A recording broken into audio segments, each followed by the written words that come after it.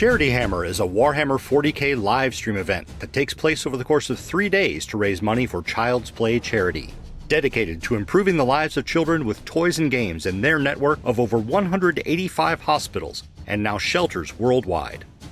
Since 2003, Child's Play has partnered with children's hospitals around the globe by supplying video games and consoles to play, providing resources like their therapeutic video game guide, and acting as a hub of knowledge where gaming and technology are concerned in the children's hospital setting. Since 2015, they have expanded their support to include domestic violence shelters as well. 3 years ago, we created CharityHammer to support this great organization and the life-affirming work that they do. Last year, we raised over $40,000 for Child's Play, and this year our goal is to raise $50,000. This year, beginning Thursday, June 23rd at 8 a.m. Pacific through Sunday, June 26th at 3 p.m. Pacific, we will host the 4th annual CharityHammer, an 80-hour Warhammer 40k marathon gaming stream. You can look forward to 3 live streams of continuous gaming action, along with a 4th stream featuring commentary, interviews, and the ever-fun overnight gaming sessions with some of your favorite Best in Tabletop personalities. You can also count on mountains of Warhammer 40k swag, with some big surprises being given away throughout the entire weekend. To support Child's Play, just go to CharityHammer.com and click the Donate Now button. For every $30 you donate, you'll get a raffle ticket for a chance to win a prize, including your chance at one of the grand prizes, a $1,200 gift certificate to Hammerhead Games, or having your army painted by Sean Naden. This is your chance to watch many of the best 40k players in the world, win some incredible prizes, and most importantly, improve the lives of children when they need it the most through the power of play. We can't wait for you to join us from June 23rd through the 26th for one of the largest and most important streaming events in 40k, the 4th annual CharityHammer 2022.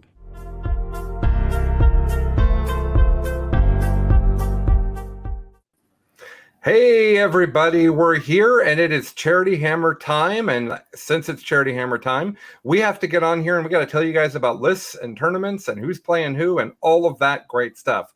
We have to do that, so I wanted to make sure we got that accomplished here. With me today, I have some wonderful guests. I've got Richard. I've decided not to lose games at Super Major Ziegler. I've got Michael. I got bored, so I made an incredible tabletop game, Timpy. And I am Colin, and I'm not only the creative director of Best in Tabletop, but I'm also the founder and the principal organizer of CharityHammer. To introduce them differently, Richard is a founding member and one of the key people at The Art of War, which we'll get to hear about in just a moment. Michael is involved with Hammerhead Games, who's another one of our sponsors that we'll talk about. And Michael also invented the Outward Realms tabletop game that Best in Tabletop is a big supporter of. It's an amazing game that we'll let Michael talk a little bit about. It is not a competitor to 40K. I always like to throw that in, Michael. I feel like I want them to listen. And if I say, like, we want you to stop playing 40K and play Outward Realms, I feel like that's a bad pitch. Like, it's like, that's not good at all. No. So let's start with talking about CharityHammer a bit, and then we'll take a break in the middle of that, and we'll tell you guys about our different things that are sponsoring CharityHammer. So unfortunately, Mr. Richard was unable to make it this year. We tried really hard. The logistics of getting you out here was a multiple day stressful conversation for both of us. Oh yeah. So Richard's back manning the fort, but he sent Mr. Lennon in his place. And we'll also have Anthony and Alex as well from The Art of War, so that'll be great. Mm-hmm. Michael is here. In fact, he's in my family room right now because we couldn't figure out a good way to sit next to each other here in my office. And Michael's here. He's going to do some playing. I'm actually not going to play this year, but we have a lot of really fun stuff happening at CharityHammer. So for those that have never participated or seen CharityHammer before, it is an 80-hour stream event that starts Thursday morning at 8 a.m. Pacific time. That's 11 Eastern. It's some other time in Australia. It's some other time in Europe. And it is a 4-stream mega charity event where we start playing 40K Thursday morning and we don't stop until everybody is blitzed tired Sunday afternoon at 4 o'clock. We're raising money for Child's Play, which is a charity that provides toys and games and video games and all types of great stuff for hospitals, children's hospitals around the world, Australia, England, and the United States and Canada in particular. And they've also started supporting domestic abuse shelters, which is something that I don't feel like. I feel incredible passion about the sick kids thing. And then they're like, well, what about domestic abuse survivors? And I'm like, yes, that also. So really just a wonderful organization. Last year, we raised $40,000 for them. And altogether, over the 3 years we've been doing this, we've raised $100,000 for them. So this year, I'd like to raise $50,000 so we can up the amount of money we've gotten for them by 50%, which I think would be pretty darn cool. All right. So a bunch of stuff is happening. Excuse me. Of course, my allergies waited to attack till I started having to talk a lot. That's how that works. On Thursday at 8 a.m., we're going to kick it off with a presentation all about it's kind of a keynote, talk all about Charity Hammer. Immediately after that, at 9 a.m. Pacific, on stream 3 is going to be the Outward Realms tournament. Michael's going to take 4 people that are really, really good at 40K, and he's going to teach them Outward Realms like tomorrow, and then he's going to have them play Outward Realms against each other while he and his podcast co-host Drew will do commentary over it. So not only will you get to watch people play Outward Realms, which is a beautiful game that plays super well, but you also will get commentary from the man himself and his podcast partner. So, Michael, this seems like a great time for you to say a few words about Outward Realms so they know what they'd be watching. Yeah, thank you so much. Outward Realms is a science fiction tabletop war game. Plays a little faster than a 40K, about 2 hours for a game. And it plays on a 4x4 table, roughly 20 to 30 models to a side. So maybe a bit bigger than a skirmish, but smaller than a full 40K sized game for people who are comparing the two. We've been calling it a platoon sized game because that feels about right. And in the case of the Realm faction, which is one of the 4 factions of the game, it is actually a platoon, military platoon for that faction. So of course it works on that levels. Yeah, I mean, why not? So yes, and we have 4 factions. We launched on Kickstarter last year. We fulfilled our non-rulebook and non-international orders early, so like months early, which was pretty cool. Everyone else, unfortunately, overseas, and if you got a rulebook as part of your order, you're waiting for Wave 2, which is coming out as soon as the rulebooks come in. This is the first time we've hit a supply chain issue in our whole process. Getting books made, real hard right now. But I'm really excited to be able to show the core rulebook and the FAQ, which got released after our KublaCon tournament, which was not only completely full at KublaCon, which is the same event that has BAO at it. So we were not bright, and we ran it at the same day as the main day of BAO, because why would you ever make things easy for yourself? and there couldn't possibly be any overlap between 40K players and OR players. Right. But it was completely full and had a wait list. So that was great. And after that, we put out our FAQ. So yeah, we're talking about a very, very dialed in version of the game that will be shown. Yeah, and the models are gorgeous. And the one thing I would say is it's alternating activations, which yes. If you haven't played a game with alternating activations, it's completely different from 40K. You're not going to get Alpha Strike. It's a deeply tactical game in addition to being strategic, because every single activation you're deciding, should I use this unit yet? Am I putting this unit at expense? So very strategic game. I think Michael doing the commentary is actually going to be a really good way for people to understand kind of the nuance of the game. So that'll start at Thursday morning. And while that's happening, we're going to run a new thing for Charity Hammer called the Worst RTT Ever. We've taken 8 incredible players. We've taken Sean Naden, John Lennon, and also some other people. Sorry, guys. You would not believe the day that I've had. Let's look at the list so we don't forget anyone. Noah Badome, Fred Fortman, Mitch Pelham, John Lennon, Sean Naden, Tyler Bortel, Matt Evans, and Hank Adams. I believe that everyone there has won a GT before. Just if you're wondering what level of quality player we're putting on this activity, and each of them has written a terrible list. But when we said terrible list, I made it very clear that it had to be functional. It had to be a combos that made sense. Like, it had to be a list someone might actually take to a tournament, because I didn't want somebody to be like, I brought a Warhound Titan. That's not very interesting. So each of them made a list. Then I took the list and I handed them out to other people. So we now have a tournament where people are being forced to play with trash lists, and we're going to see who can win. So now we're going to go through these lists, the 3 of us. And we might have another special guest here in just a few minutes. But the three of us are going to go through these lists, and we're going to come up with, the three of us right now are going to decide who wrote the worst list, and that person's going to win an award. We're the judges for that. And it should not be a popularity contest, which is fine because I know that Siegler doesn't actually want John to win. So that's fine. Then we're going to talk about who's actually going to win the RTT. So let's start it off. Okay, so first of all, the first list we're talking about today, maybe I won't say who wrote the list, so it's really not a popularity contest. So the first list we're going to talk about is an Imperial Fist list. And this Imperial Fist list has a captain in Gravis armor and a Primaris librarian who has Null Zone and Psychic Fortress. Pretty normal stuff. But then it has one unit of 5 intercessors with pistols and chains of assault intercessors. And then it has 10 assault intercessors. Then it has 10 normal intercessors. Then it has another 10 normal intercessors. Then it has another 10 intercessors, and finally 10 intercessors. So 40 intercessors with Stalker bolt rifles, and 15 with chain swords and close combat. Then it's got an apothecary. It's got a unit of 3 bolter and scepters. It's got 5 eradicators.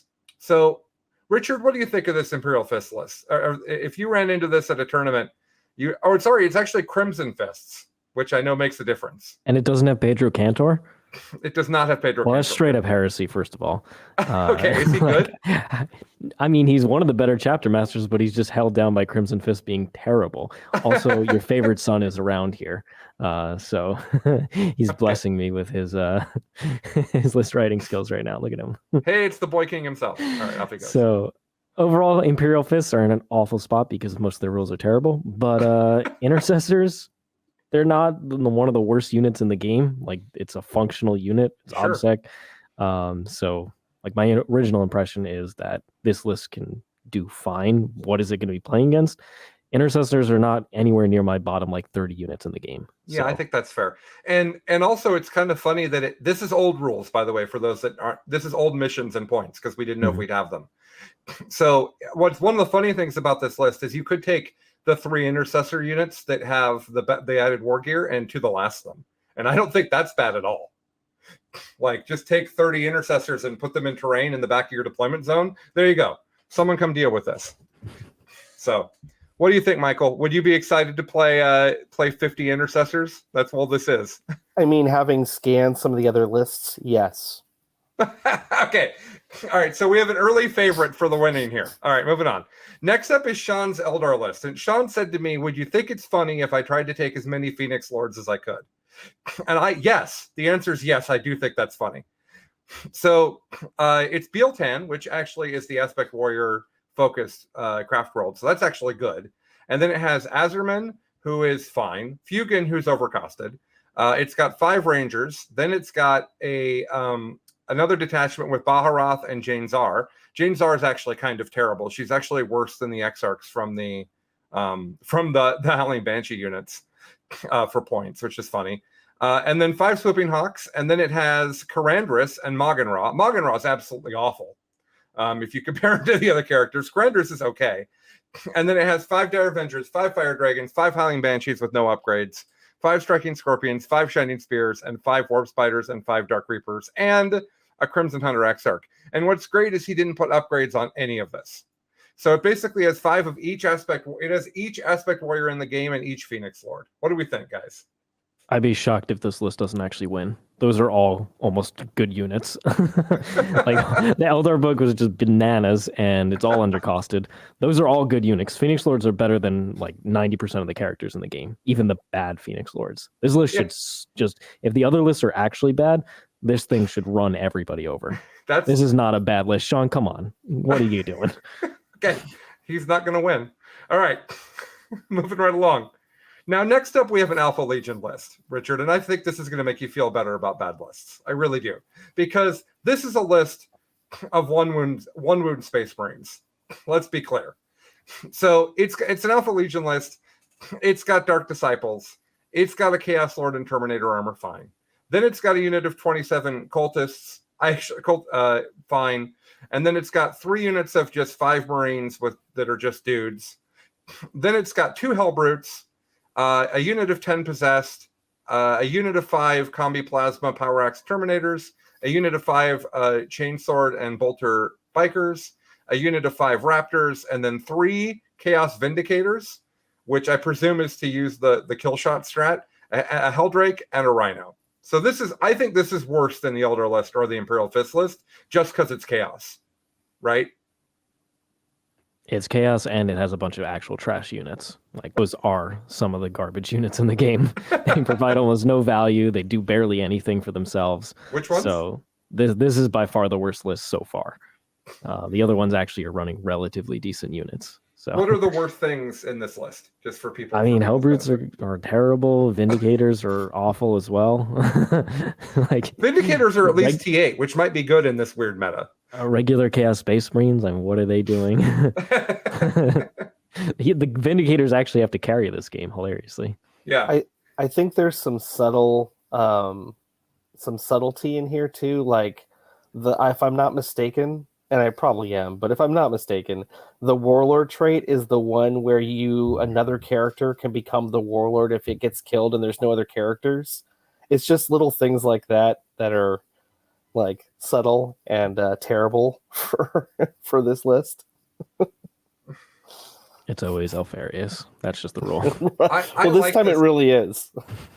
There's a bunch of stuff in this list that I actually like seeing on the table. Like, I actually think that Helldrakes are cool looking, and like, I enjoy bikers in general. So this list is at least neat. But yeah, I agree. It's pretty bad. And it is the worst list so far. I agree with that. Yeah, it's a bunch of battle forces thrown together, which is cool. Like, it looks like a 40k Chaos army, but not for competitive. Well, I mean, you're trying to make a worse list, so it's doing a good job of that, because it's not anywhere near competitive. Yeah, absolutely. So the next list might be my winner for worst list. And it's because it comes from the poor Guard Codex, which I presume you rate, Richard, as one of the worst codexes in the game right now. Yeah, it's an 8th edition codex, yeah.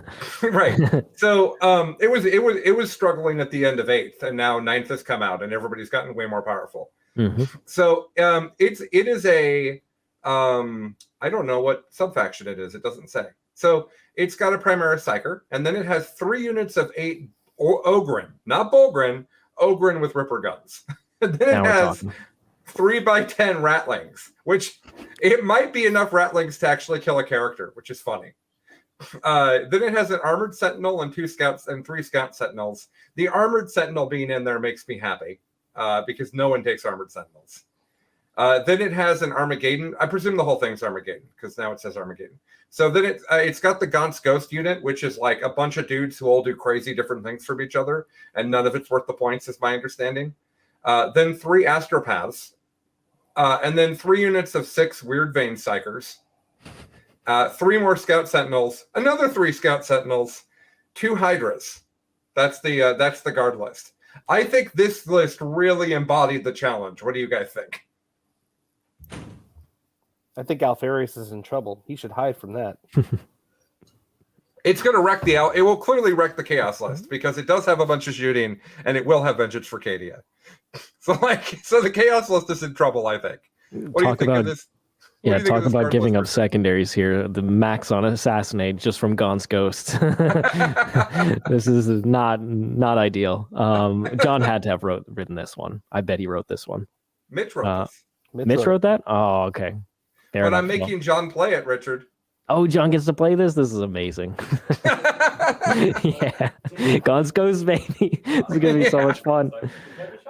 No, so I'm actually looking forward to this list. This should be exciting to see. On I'm really into this list. I actually don't remember who he's playing in the first round, but we'll look at that in just a moment. But legitimately bad. It is legitimately bad, and I love how many multi-laser sentinels it is. Like, that is, Mitch did good work on this one. Yeah, Mitch did great work. And what's fun is I have all of these sentinels painted, and I can't tell you why. Like, I don't remember a time where I ever fielded the 9 sentinels that this list has painted, but I have 9 painted sentinels, so there you go. All right, moving right along. Also, Hydras are really bad. He did put the Dozer Blade upgrades on the Hydras also, which I think is just trolling, and so I appreciate that about him. What's the 2 the last here, actually? Nothing? Ogren, I think. All right, awesome. Okay. Now, also terrible is this Orc list. It is a Goth list, and it has 2 Gorkanauts, It has a Morkanaut. It has a Mech Boss Buzzgob. I think that must be a special Mech Boss. I don't know. Then it has a Grot Tank. It has 3 Death Dreads with custom Mega Blastas. One has a Scorcha. And then it has 2 Mega Dreads. End of list. There's no infantry in this list. It's 1, 2, 3, 4, 5, 6, 7, 8, 9. 8, 9 chunky robot orcs, and then an orc tank. This list fills me with joy. I hope that this list really does it well, and we get to see it play a bunch, because it's all of the cool. It's a bunch of cool orc models that are all terrible. Is my read. What do you guys think? I mean, yeah, talk about an army that gives up auto secondaries and then cannot score secondaries for itself. This thing is going to struggle on the board. At least the guardless can score secondaries. This thing is not good. Yeah. So you might actually think this is worse than the guardless, Richard? I mean, how is it going to score points? It's going to kill things. Maybe those aren't even great killing units. I had Mark charge a fully buffed up Death Dread into my single lone Iron Strider at LVO, and he did not kill it. Those things are not good. Michael, how do you feel reading this orc list? I mean, I know that I haven't seen a Gork or Morkanaut in a long time, not since 8th, I think. But I do recall that they were okay. Like, they have some firepower, they have some strats. So I know that that's the wrong clan culture to get anything of value out of them, but maybe they'll do something. I don't know. Here's a weird thing about this thing from everything we're reading so far. Nobody has a lot of anti-tank. So there's also a weird thing with this orc list where it might just not die, right? Yeah. Are the Crimson Fist intercessors just going to shred it though? I mean, they might, but John wants to chime in here. All right, John. I do. I cannot hear anything that has been said so far, but my favorite part about my list is that it has 4 transports, 0 units that fit in the transports, and 4 characters. So you have to put 1 character in each immolator on to start the game, or they can't deploy. You're playing the guard list, John. John, you're playing guard. I know, but I'm talking the sisters list that I wrote. The list that I wrote. Oh. The list he wrote. It's old. Yeah. It's old rules. 4 The tanks, 4 transports aren't going to characters. explode. We didn't get to it yet. Oh, dang it. Tell him it's old rules. The transports are not going to explode. He wants them to explode. He designed it such. Okay. I thought one of the lists has a Vindicare Assassin. I thought. Did I just miss that? I Was it thought. the Oh, I guard think list? John took a Vindicator Assassin, which amused me because I know that that's like the worst assassin. Okay. Done with orcs. Moving on to I was involved in making this list. We thought it'd be funny for the Tyranids to try to participate in the terrible list competition, but Tyranids are such a broken book that it's a similar problem to what Richard described with Eldar. So what we did instead is we made a version of the Double Stealer Kraken list that John and Alex and I won so much with in 8th edition that was literally the S-tier list. And what's funny is it's literally awful now. Like, everything about it is bad. So here we go.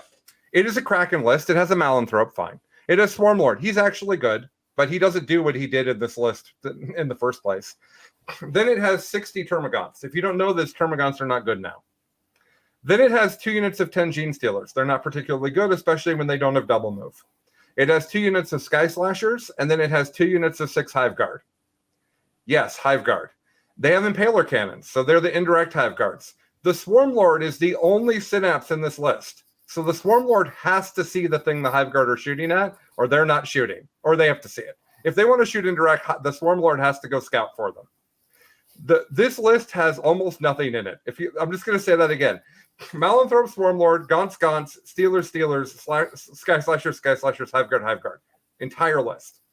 I don't think this is the worst list, but I really appreciate that this is all S-tier bullshit from 8th edition in a list together, and that it is probably one of the worst lists you can make for Tyranids. What do you guys think?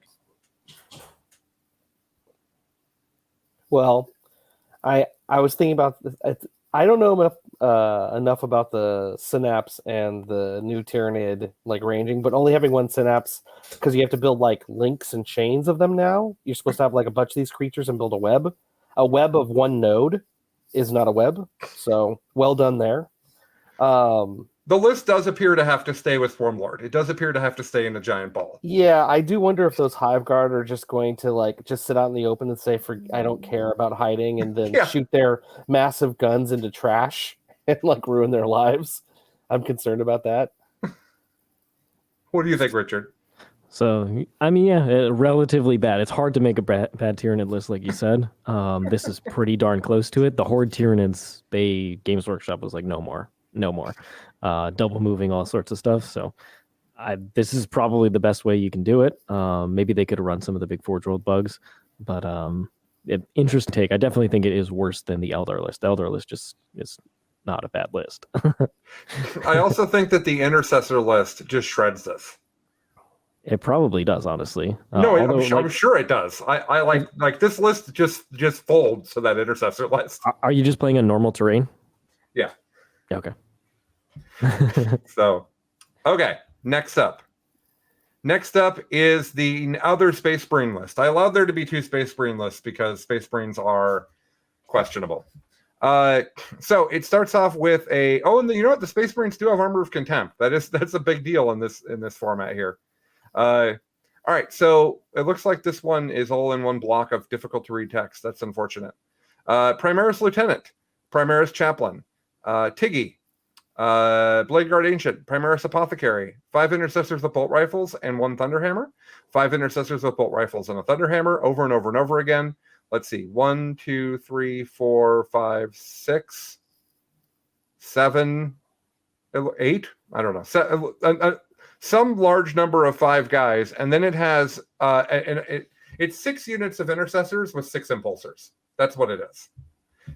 That's the list. Six Intercessors, 6 Impulsors, and characters for Ultramarines. What do we think? The Impulsors are upgraded with Iron Hail Sky Talon arrays. I don't know what those do, but it does have. That's just a bunch of shots. Yeah, it's a bunch of shots. Actually, with Ultramarines, this isn't that bad. Like same energy as like the to me as the Interceptor list or Intercessor list above, because Ultramarines actually like this sort of thing. So maybe. Does the list have Seal of Oath? The Warlord trait? Question that is. Let me look. If it does, like it can put out a decent amount, but honestly, it just plays the mission so well. Most of these armies don't play the mission that great, except for the Eldar list and the Tyranid one.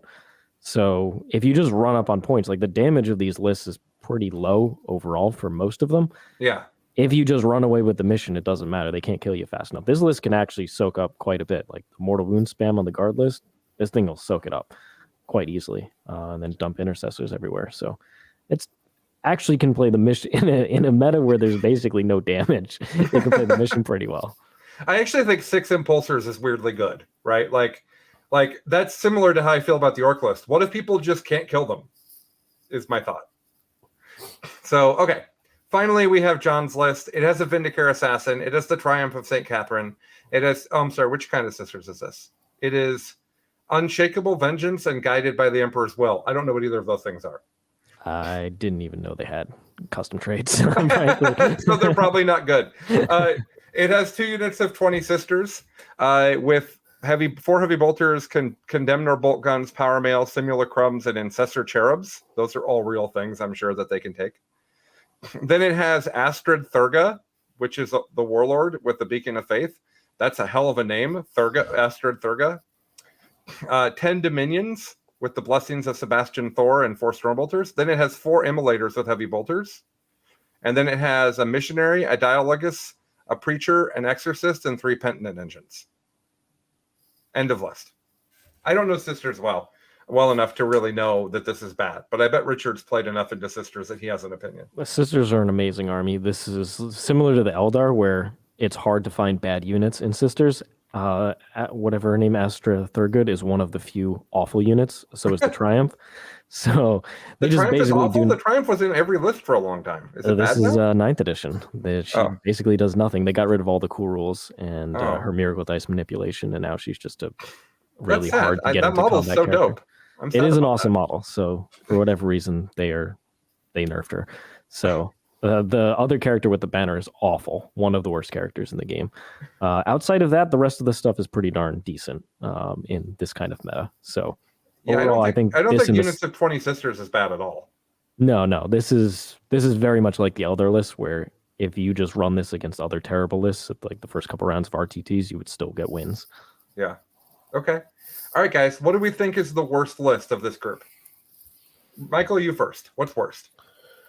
Yeah, I'm scanning back through it because, Richard brought up something I didn't think about initially, which is how well can a thing in here accomplish whatever mission it gets landed on. And of all the things that are available in this veritable buffet of sadness, I gotta say, from a mission perspective, the worst is probably the orc list. Because it has 13 3, models? 4, 5, 8 units, right?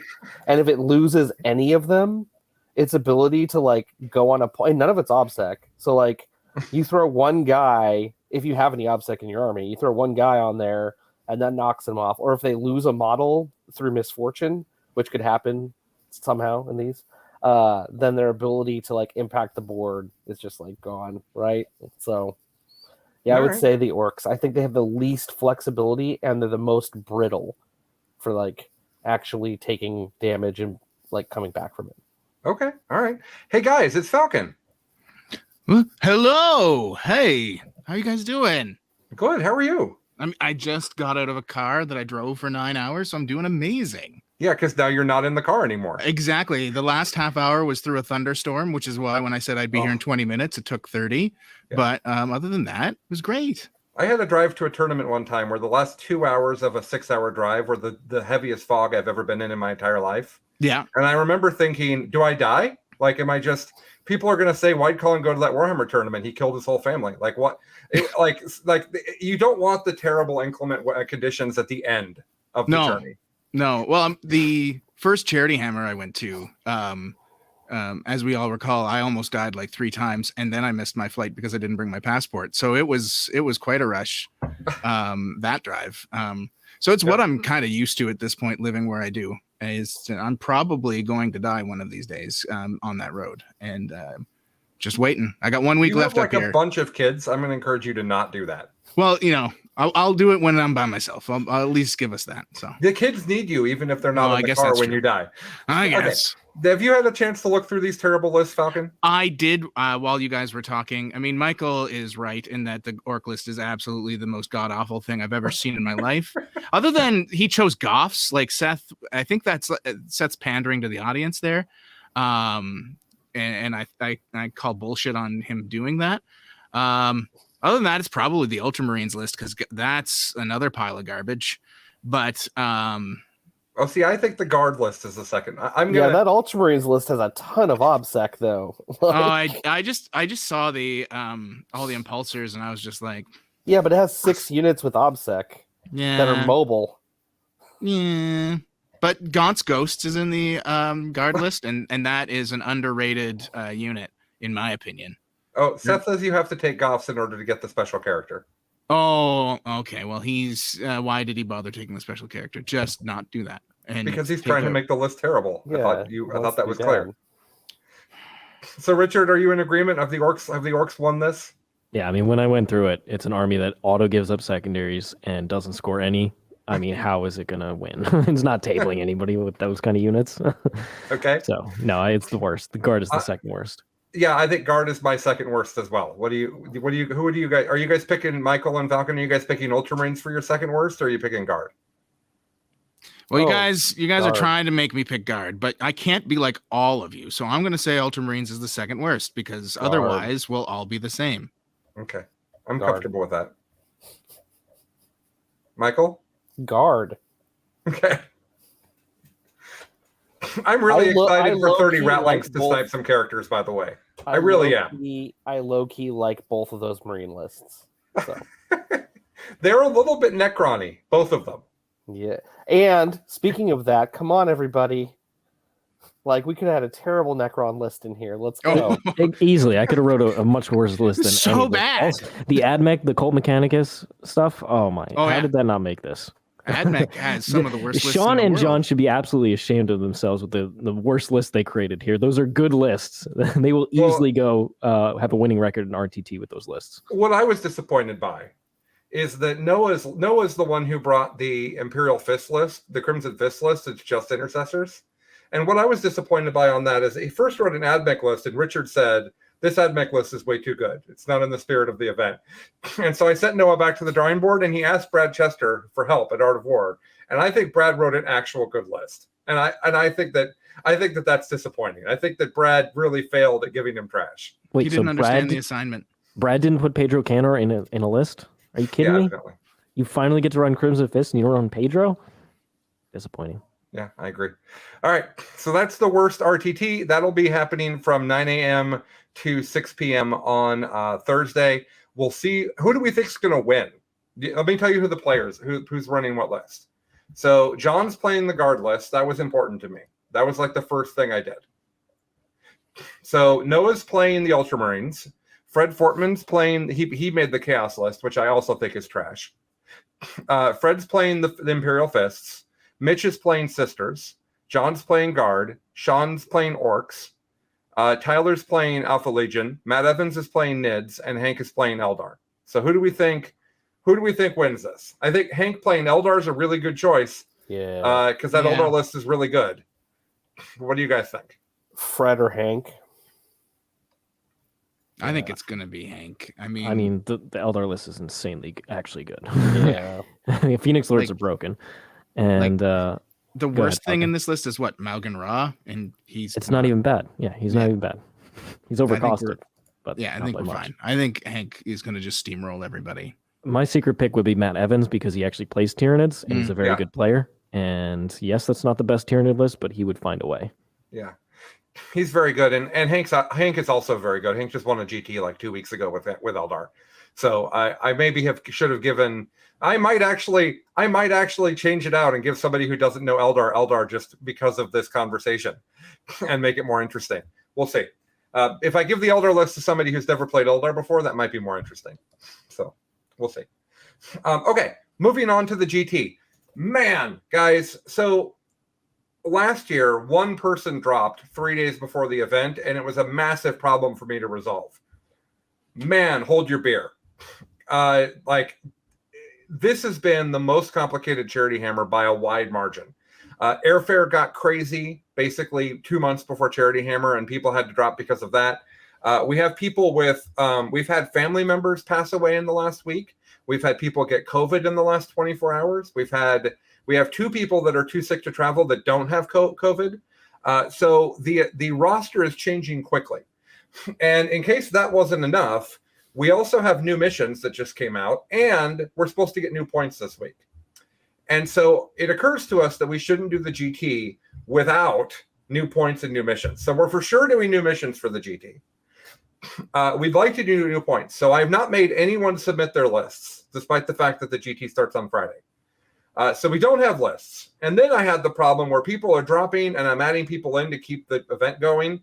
And so I couldn't do a bracket of people ELO ranked and put all together. So we left the ELO ranking in, and what we did is we made 4 pods of 6 people, so that as people drop, I can just move the pods around. And what we're going to do on Friday is we're going to have those pods play RTTs with each other. So there'll be each of the people will be in a pod of 5 other people. They'll randomly play 3 other people from their pod. The 2 best records from each of the 4 pods will go to an 8-person single elimination tournament. Here's what that does. First of all, it means that if I have 5 people get COVID in the next 24 hours, I can just make the pod smaller. That's the big advantage of this. But what it also means is that when on Friday, when we decide who's in the final 8, we can then take those final 8 lists and put them into a challenge bracket and let you guys all vote on how people are going to do, which we know you love, and there was no way to do it. So what we're going to do is basically figure out who's in the 8-person tournament and then let you guys predict your brackets from there. So we don't have lists, but we do have who's in the brackets. So I'm going to go through the brackets, and we'll say what people are roughly running, because with new points coming, and we don't know them, just so we're clear, nobody has the new points. So it's not like Art of War is secretly giving us the new points. Not at all. Nobody's giving us points. We don't have points. Nobody has a list made, but I can tell you roughly what's going to be in roughly what people are doing. So here's pod number 1, everybody. Pod number 1 has John Lennon, Hank Adams, Lucas Troller, Jesse Sell, Josh Bagwell, and Paul Winters. Lucas isn't coming anymore. So let me say that again. John Lennon, Hank Adams, Jesse Sell, Josh Bagwell, Paul Winters. John's playing Sisters. Hank's playing Ulthway, not Hale. Hank and I don't play Ulthway, or don't play Hale, rather. He's playing Ulthway. Jesse's also playing Sisters. Josh is playing NIDS. He actually went undefeated at Storm with that list. He plays a Chronos list that is very shooty. It has triple Tren effects in it. It's basically triple Tren effects and then like everything you possibly can take that has a heavy venom cannon. And then Paul is bringing Keeper Rush with Demonettes. So from this first bracket, who do we think the 2 people are that are going to move on? I think it's fair to say that we all think John Lennon's going to move on. But who do we think the second person will be from this? Anybody have an opinion? Hank. You think? Okay. Jesse did this one BAO with Sisters. We could have. Well, I was going to say, Sisters. I like to think it'll be double Sisters with that grouping. Okay. I still think Eldar are pretty good into Sisters, so Oh yeah, I'll bet on the elves. I like Sisters into Ulthway better than into Hale. So I played Ulthway into Sisters on Sunday, and it went really badly for my opponent. He made a deployment mistake that I capitalized on the first turn. But just watching the units interact, yeah, I agree with Richard. Eldar's really good into Sisters. So the pairings will matter a little bit, and they will be random. In the first round, yeah, John and Jesse aren't playing Amir in the first round. I can tell you that. So, okay. Next bracket, we have Sean Naden. Now, Sean's playing Orcs. We should probably talk about that for a moment.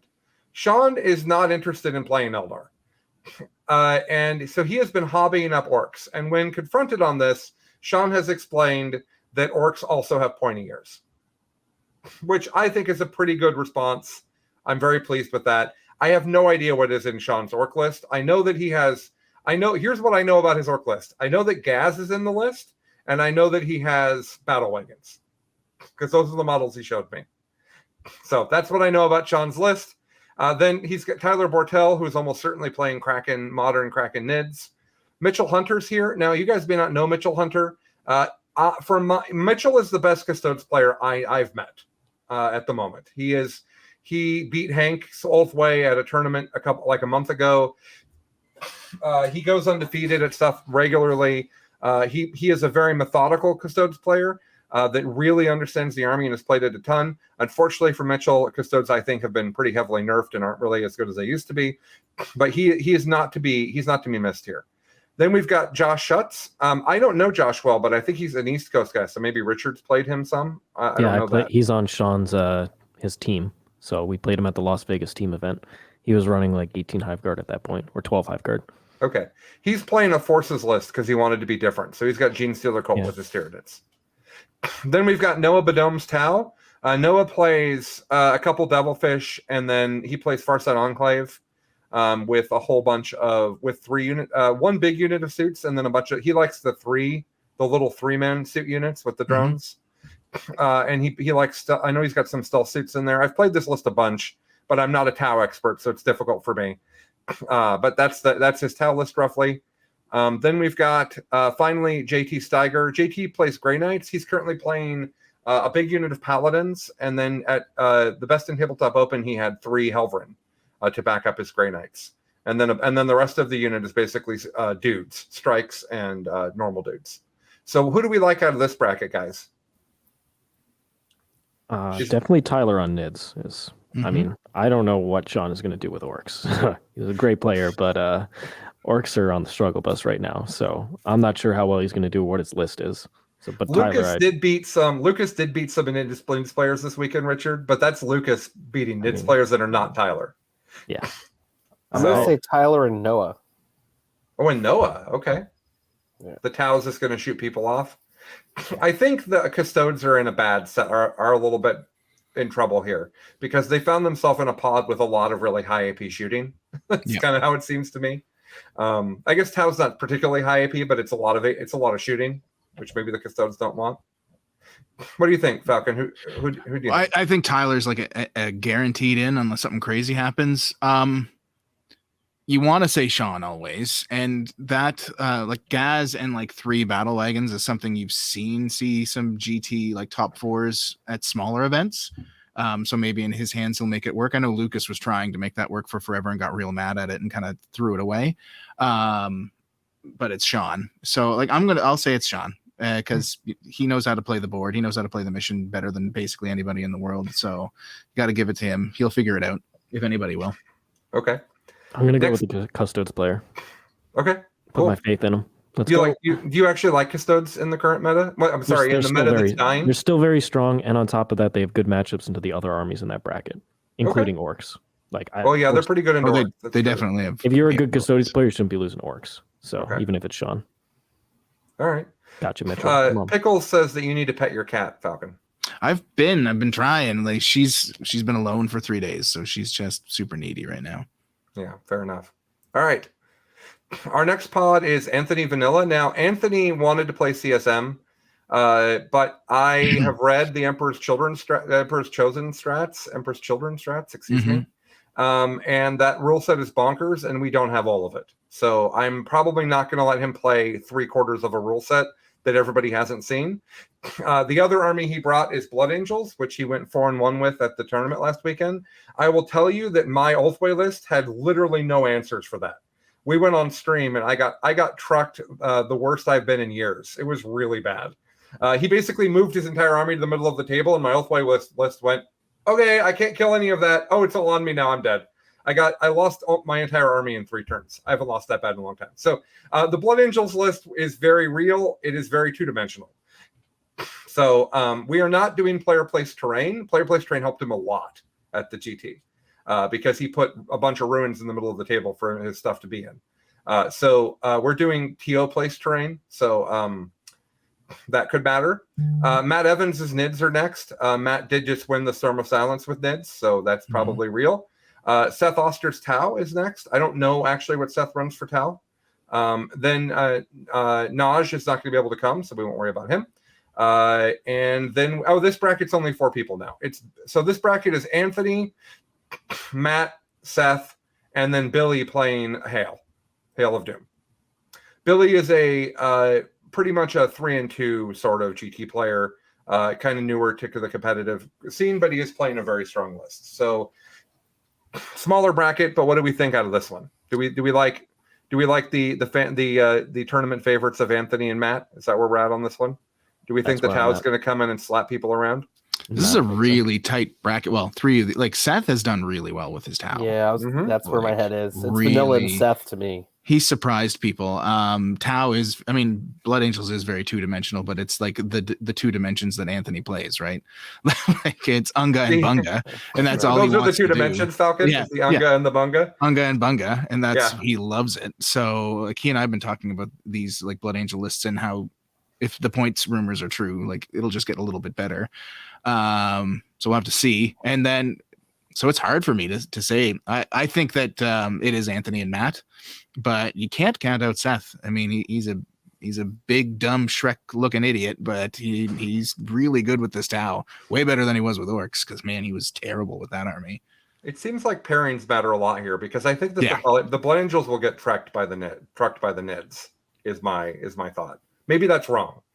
But if the Blood Angels go first, like that list kills monsters. Like it's what Anthony kind of tried to build it to be able to do. But on the other end, I think he'll struggle if he has to go second into that, because he's not going to be able to slam a unit of Death Company in turn 1 and then again in turn 2.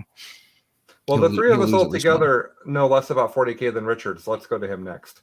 Yeah, I'm going with the favorites, Matt and Anthony. Okay. I see player skill just carrying them. All right, the 40K supercomputer has spoken.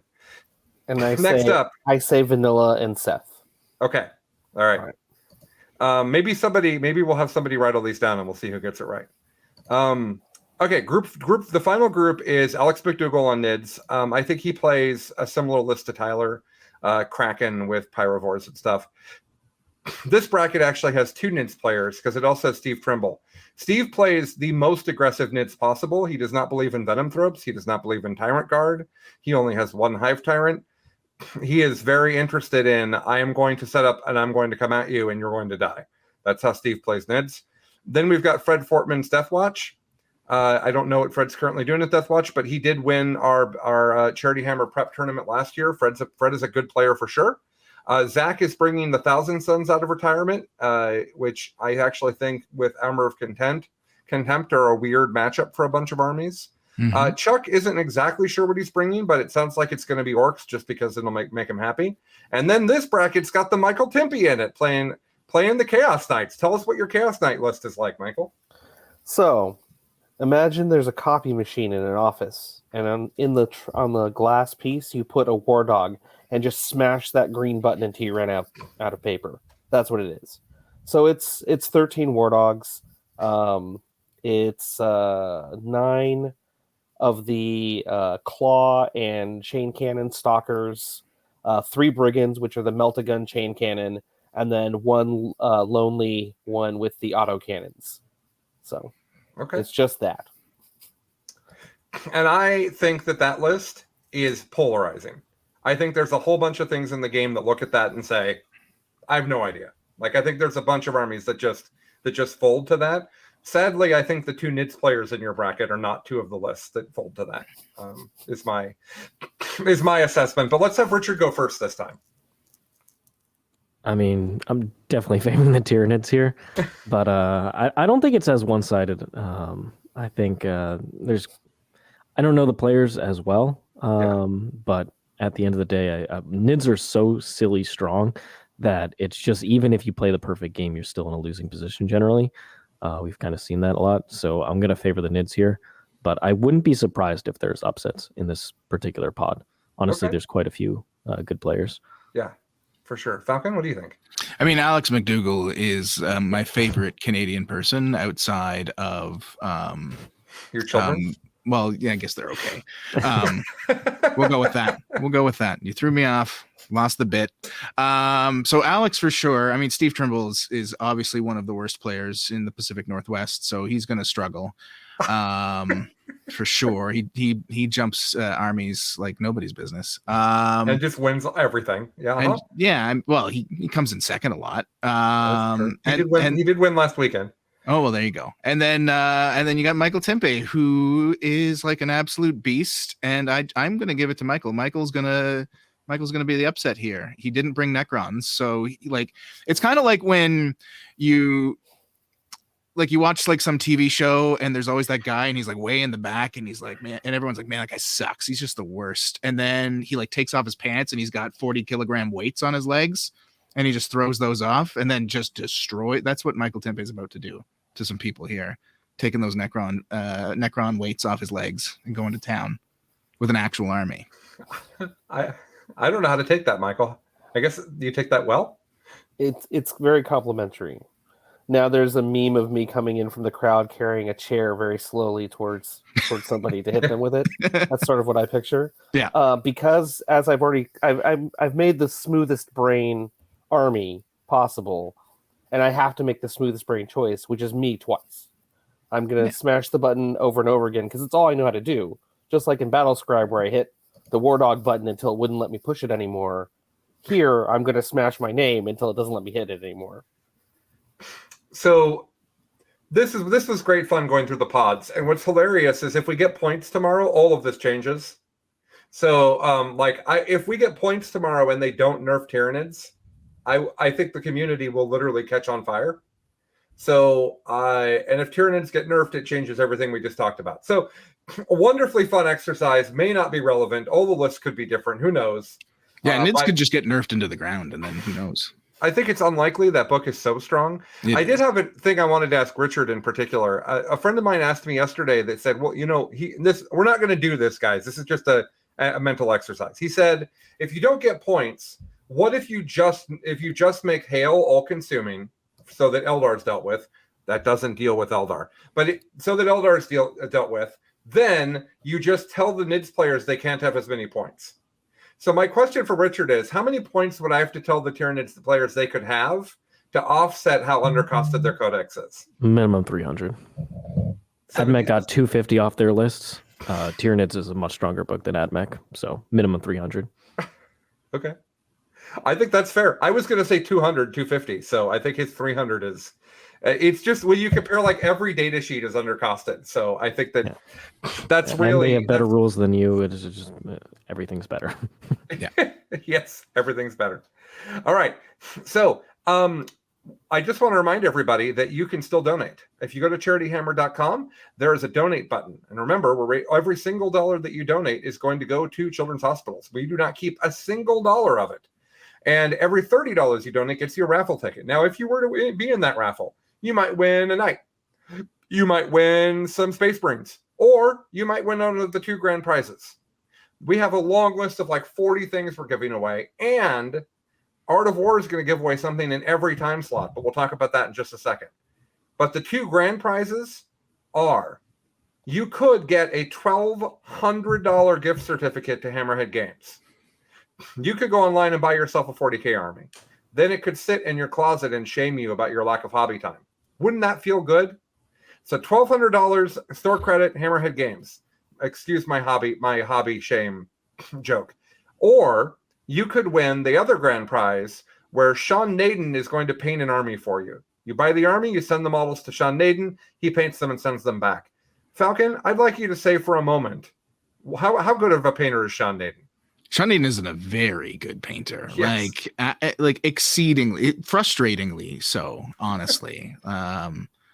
Like it makes you angry when you look at his armies and then realize that he also knows how to play the game. So yeah, I love his paint jobs. Every time I get to be at an event with him, I spend some time just kind of going over some of his freehand work. It's just incredible. Yeah, he actually has won Best Renaissance at LVO, I think, more than once.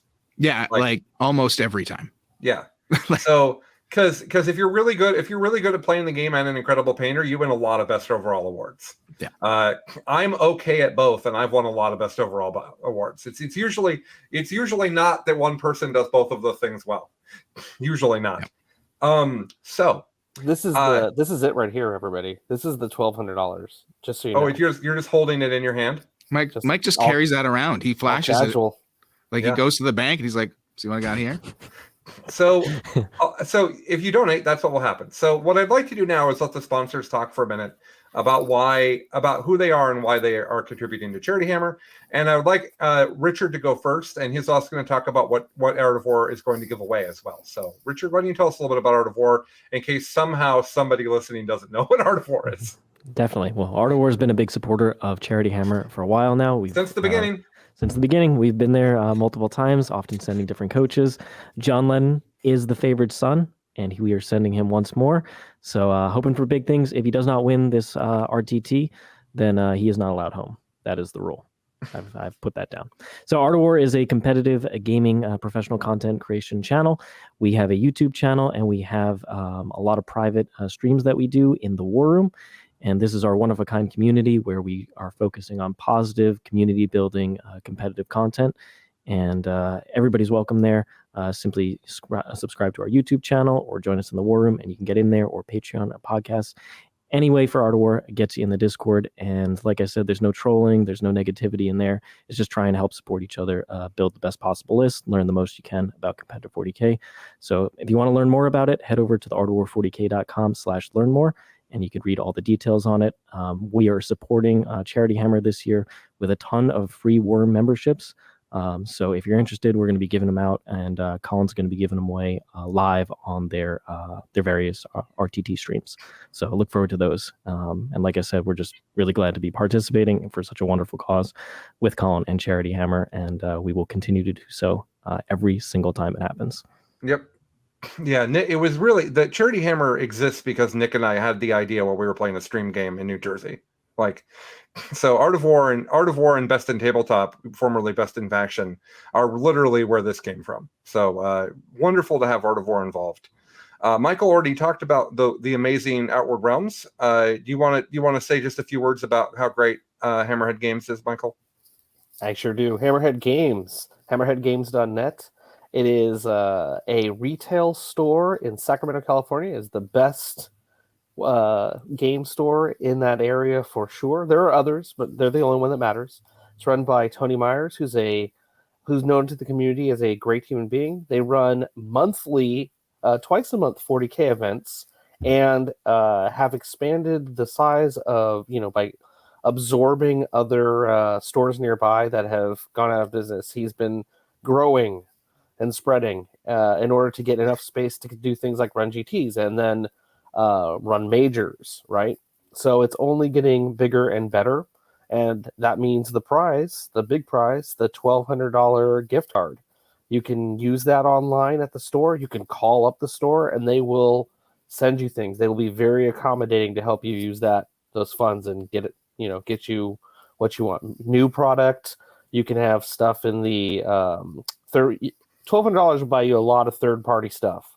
You don't even have to. You don't even have to do 40K either. Could you buy Outward Realms from them? You could buy anything you want. Yeah, well, you could buy Outward Realms from Could you me. buy Marvel Crisis Protocol or Star Wars Legion? Marvel Crisis Protocol. You buy hobby supplies. You could buy terrain. Could you buy Magic the Gathering cards? You can buy Magic cards, Pokemon, all this stuff. Bolt Action. There's other strange games, World War II stuff, Team Yankee. So all that, it's all there for you. Okay, great. I do want to mention that a few of the one sponsor that we often minimize but is amazing is 3D6 Wargaming. I know they're a sponsor of you guys too, I think, Richard.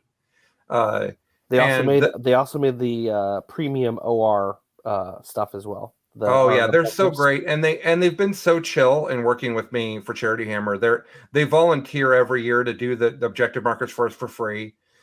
They send us a bunch to use, and then after the fact, you can buy our objective markers on their website. And by the way, we're going to take a set of objective markers and have everybody sign it and raffle that off too, which I think is a kind of a fun gift for someone to have to have Charity Hammer objective markers with everybody's signatures on them. I think is pretty neat. So you'll be able to buy those from 3d6wargaming.net, I believe is their website, after the fact. So, and then the biggest sponsor of Charity Hammer, just because it is me, is Best in Tabletop. And if you don't know, Best in Tabletop is a network of tabletop gaming content. We are actually expanding beyond 40K to do other games as well. We're aggressively doing that right now, so that's kind of a differentiator. We also have a community similar to Art of War. Both communities are wonderful. I'm in both of them. Many people actually. The Venn diagram of overlap between the two communities is significant. But we have a number of different shows with many different hosts. It's our network's very focused on entertainment while also being informative. So you can find us at YouTube where you're watching this video right now, which makes it pretty darn easy. So there'll be more about Best in Tabletop, Art of War, Outward Realms, all the sponsors as we go through the weekend. One other sponsor that I cannot forget, because they always sponsor us, is Army Painter. So that you're another Art of War sponsor, Richard? Is that okay? Same here too.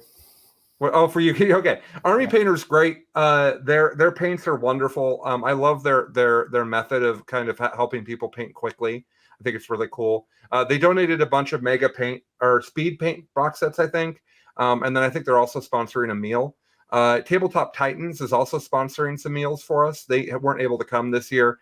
When we started doing this, no one was doing streaming for 40K well. And Tabletop Titans and Art of War are two of the companies that have just said, we're going to do it great. So it's wonderful to have Tabletop Titans participate. And then also Child's Play is feeding us for a meal, which I think is really nice. So they're sending us pizza on one of the days. So a shout out to Child's Play for free food. They also sent us a bunch of t-shirts that are not in gamer sizes. So they're in Richard gamer sizes. They're not in Colin and Chuck and Mark Perry gamer sizes. So lots of sponsors. More on that Thursday morning. So thank you, everybody. Thank you, Richard and Falcon, for 9 hours in the car and then jumping on with us. Michael from being in my family room. I really appreciate everybody jumping on. Charity Hammer is going to be absolutely amazing. I'm so incredibly excited. I do want to say one more thing for y'all. We're going to do it differently this year. There's going to be a main stream that has commentary and interviews and talk show segments, and it's going to be like a full show and not just games.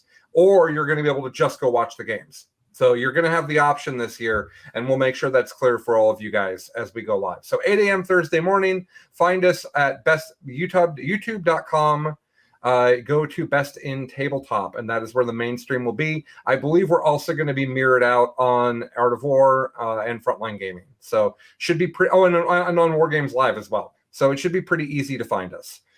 Thank you, everybody, and we will see you guys in just a few days for my favorite thing of the whole year, 40 nerds coming in and trashing my house. Thank you, everybody. Have a great day. Bye now. Bye-bye.